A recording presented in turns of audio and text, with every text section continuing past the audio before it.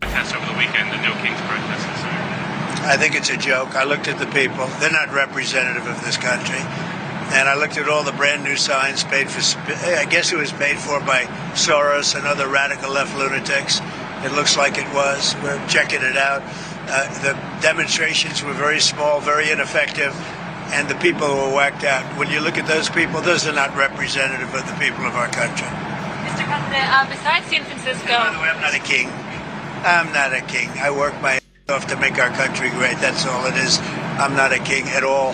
Donald Trump clearly hated the No Kings protest. We need much more of it going forward, because that's the only thing that the politicians are going to recognize. They either face the wrath of Trump or the wrath of the people. And they have to be more afraid of the wrath of the people and realize this is not good. I better strap on my balls and do something about it. We can't let up. Cannot let up on him, because he is not going to leave the White House. He does not want to leave the White House. He will not leave the White House. Anybody thinks he'll do this, he'll do that, is just deluding themselves.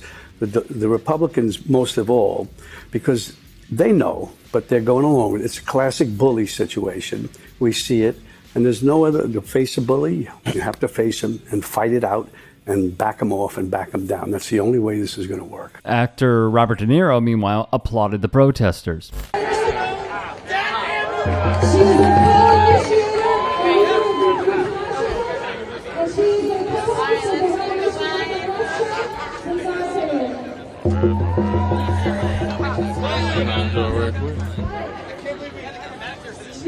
I know, like, it's good having a breathe your goddamn.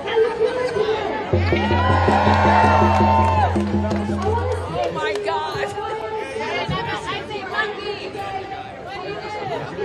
Monkey! Oh, thank you. Oh yeah! Oh yeah, that's so good. Yeah, no king! So a lot of the people out here today, when we join the bigger march, and we'll march over there. Yep. But that can change. But that can only change. That will only change. They will only be compelled and enabled to play the role they need to play in the removal of Trump from office. We know it's all racist. It's all, I mean, that's what he appeals to. That's what Trump is.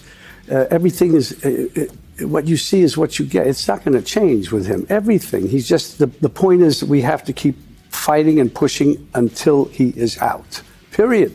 There's no other way. He's not going to want to leave the White House. What is he facing? He's facing certain things. No matter what the Supreme Court, they're going to find a way to go after him for what he's done, all the awful, monstrous things that he's done. You know, I don't see any. He's not going to want to leave. Why should he? Speechwriter and architect of the administration's anti-immigration policies, Stephen Miller, sent at least 900 emails to editors at the far-right news site Breitbart between 2015 and 2016. Miller shared links from white nationalist sites. He plugged The Camp of the Saints, a story about the Great Replacement myth. He pitched a story about how Amazon pulled Confederate merchandise down but still sold, quote, commie flags in the wake of the Charleston church shooting, in which 9 black churchgoers were murdered by a white supremacist. Miller wrote, quote, "Have you thought about going to Amazon and finding the commie flags and then doing a story on that? It's not a coincidence that in the midst of pushing the U.S.-ending trade deal, we're seeing a historic artifact of real America be demonized and destroyed," unquote. Miller also expressed support for the same immigration policies that Hitler backed. By 14, Miller was a cultural warrior with a love for Star Trek.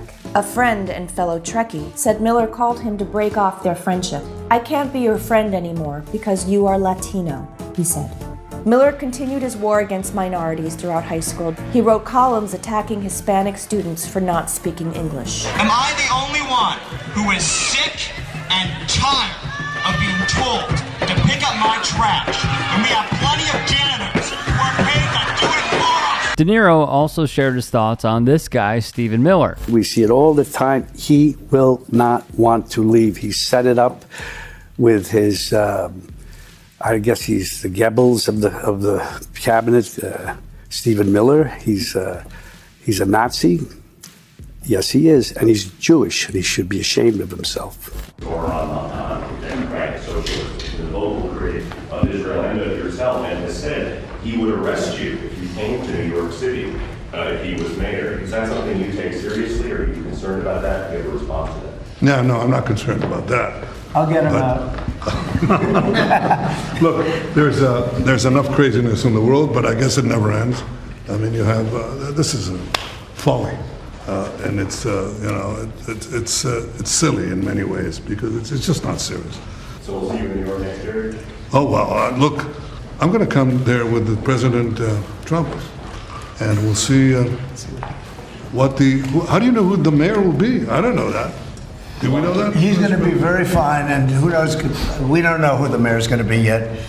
But this is a communist. He's not a socialist. He's a communist, and he said some really bad things about Jewish people, and he said some really bad things about a lot of people.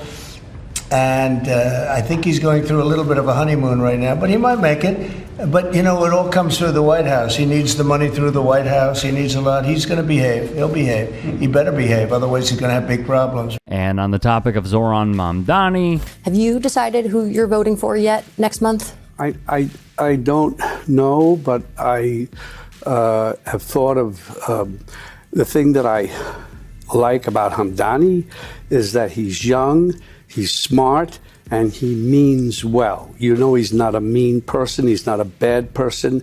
He'll have to make decisions. There'll be compromises like all politicians, like everybody is in a position of making decisions that are, somebody's not going to be happy. But at the end of the day, I feel that I think at this point, I don't know enough yet to go further, but that he will have, he could be somebody that would be the right choice. But you have some reservations about him? I don't even have a reservation. I don't know, and I don't want to say even reservation. I don't know. De Niro didn't exactly ace the test here, I must say. Hey, I appreciate you watching. Now, if you can, please do become a channel member by going to youtube.com/TYTsports and clicking the join button. If that's too much for you, you can just go to tyt.com/join to become a member. It helps all of us out here at the Young Turks and keeps our network afloat. In addition, you could follow me on my socials on Twitter, Instagram, and TikTok. Appreciate the love. Have a great day. Calling out elite people in comedy should be the rule of thumb. I think Donald Trump's hair is actually another creature. Yeah. The hair's like going, good night, Donald. Good night, Donald. There we go. Maybe it goes out. It goes out and makes money while he's asleep. There is something about punching down that feels taboo, and punching up is the way to go. Crack's not really my thing, but if it was, it would be fine if I was on that side. Wow. Don Jr.'s on coke. We won with poorly educated. I love the poorly educated. I'm a very stable genius. It is very important, the work that the Jordan Kleppers are doing, the work that the Good Liars are doing, the work that our team here at the Turks are doing, and many more. Used to see these tackles, now they tackle. Oh, head-on-head collision. Bing, flag, footballs become soft. You have Trump doing sound effects for tackles. The choice could not be more clear. Like, let's not beat around the bush about it.